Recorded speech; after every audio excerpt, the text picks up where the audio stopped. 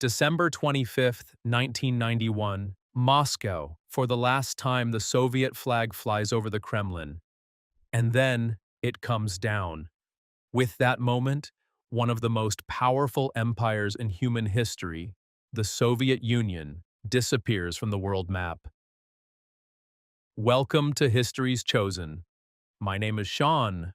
Once, the USSR was the largest country on Earth, covering more than 22 million square kilometers, stretching across Europe and Asia, influencing global politics, shaping ideologies, and standing as a rival superpower to the United States. But suddenly, after 72 years of existence, it collapses. From its fall, 15 new independent nations emerge. So the question is, what exactly happened in 1991 that caused such a powerful superpower to disintegrate? How did such a vast empire collapse from within? Let's understand this. Introduction.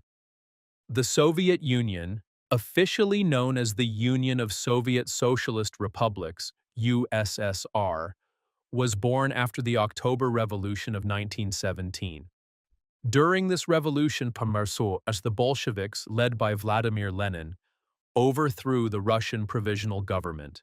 But before that, there was the February Revolution, which had already forced Tsar Nicholas II, the autocratic ruler of Russia. The provisional government that replaced him was weak, unstable, and unable to handle the growing crises. This instability created the perfect opportunity for the Bolsheviks to seize power. A bloody civil war followed between the Red Army and opposing forces, lasting until 1922.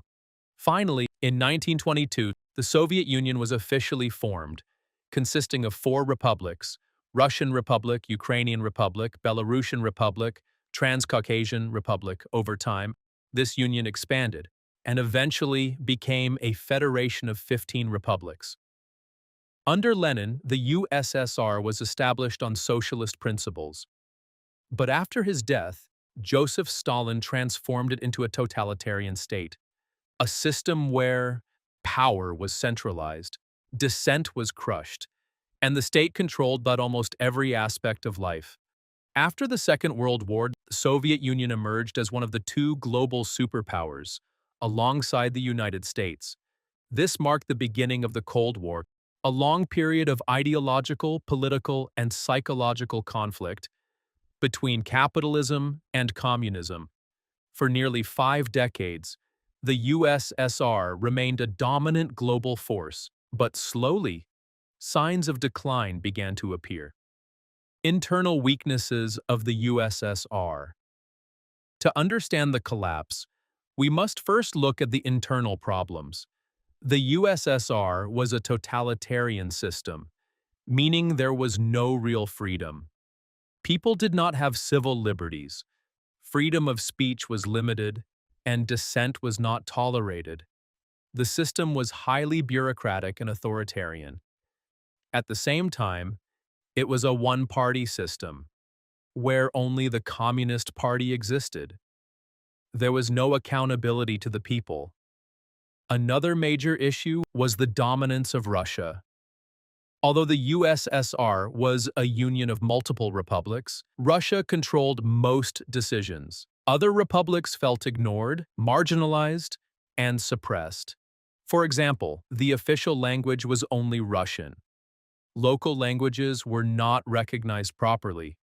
Russian culture was promoted over local traditions. Because of this, many republics developed resentment toward the central government. They no longer wanted to remain under the system. At the same time, nationalism began rising across different republics. People started demanding independence, identity, and self-rule. During the Cold War, the USSR spent heavily on defense military expansion space programs. While this made it powerful globally, it severely affected the domestic economy. Infrastructure development slowed down, technology lagged behind, and most importantly, People struggled for basic necessities. Long queues, shortages, and rationing became common. This created widespread dissatisfaction among citizens. External factors. Now, the internal weaknesses of the USSR became even more serious because of external factors. For example, the progress of democratic nations. When people in the USSR saw neighboring democratic countries like Western Germany, France, and others prospering, they began to realize how far behind they actually were. A major role in this realization was played by U.S. propaganda during the Cold War. At the same time, the crisis in Eastern European countries, also known as the Socialist Bloc, further weakened the USSR. One by one, these countries started moving out of Soviet influence. So that covers some of the internal and external challenges of the USSR. But the real question is, how exactly did the USSR break apart? These challenges had existed for a long time, so why did everything collapse specifically in 1991? The answer lies in a series of key events during this period. Let's take a closer look at those events. Events leading to disintegration. It is widely believed that the dissolution of the Soviet Union began when its last leader, Gorbachev, came to power.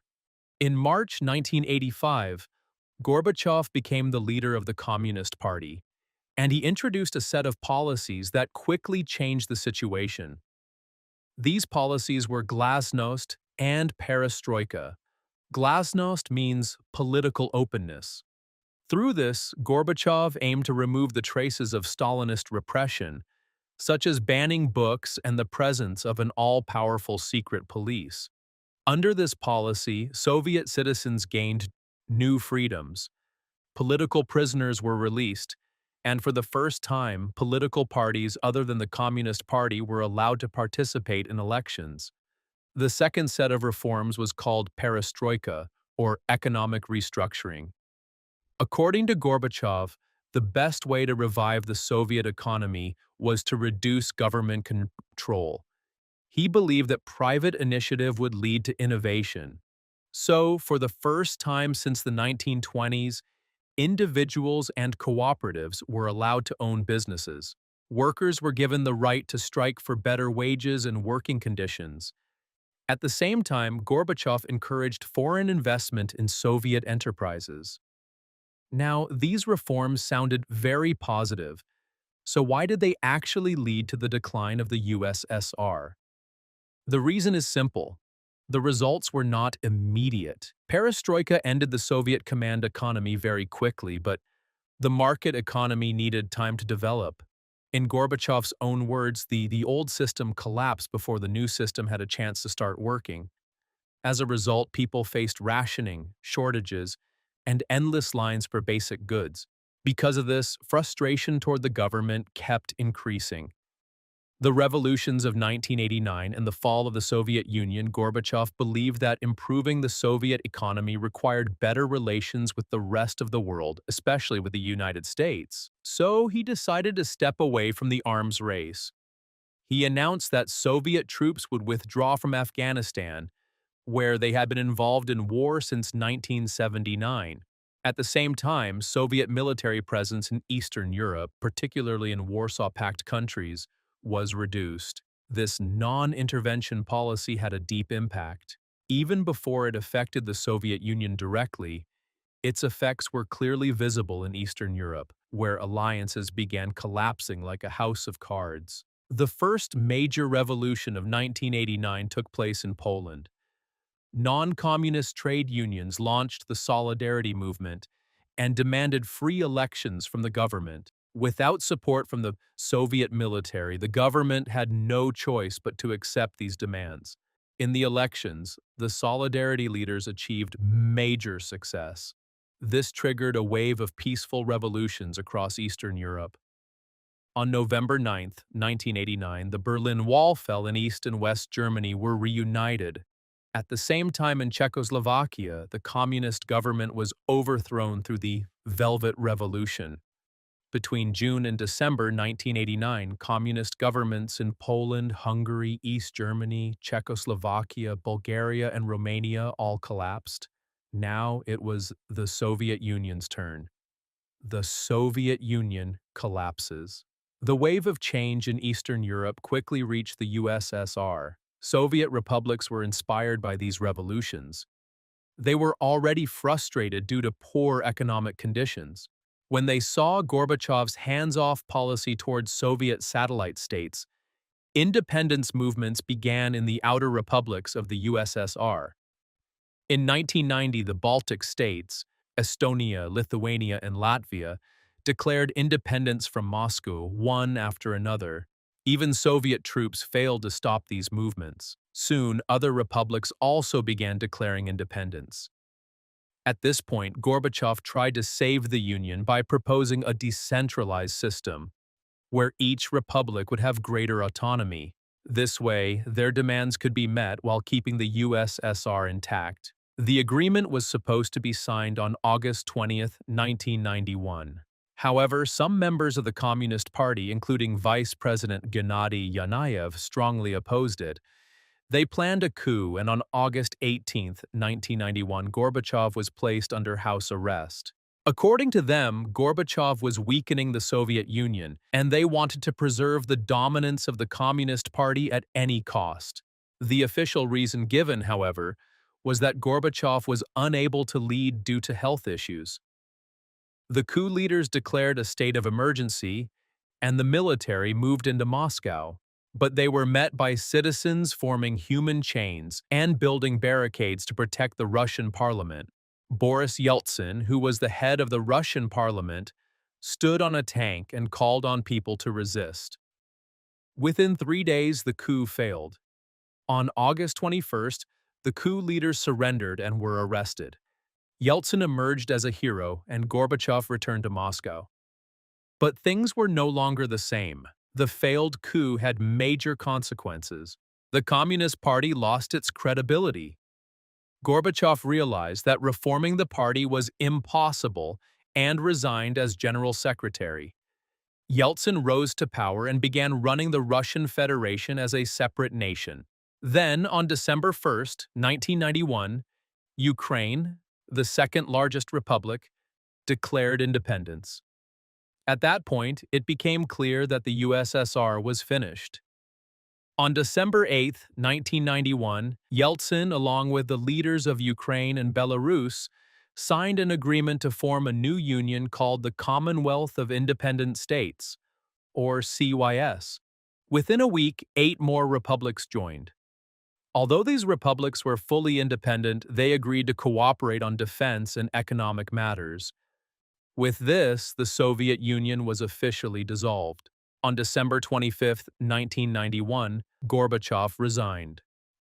Gorbachev's role in the fall of the USSR is still debated. Many people in Russia considered him a failure, though for different reasons. Conservatives called him a traitor and blamed him for the collapse of the Soviet Union and the Communist Party.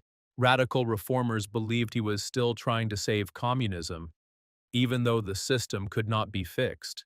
For many ordinary people, he appeared weak and ineffective, especially as their standard of living declined.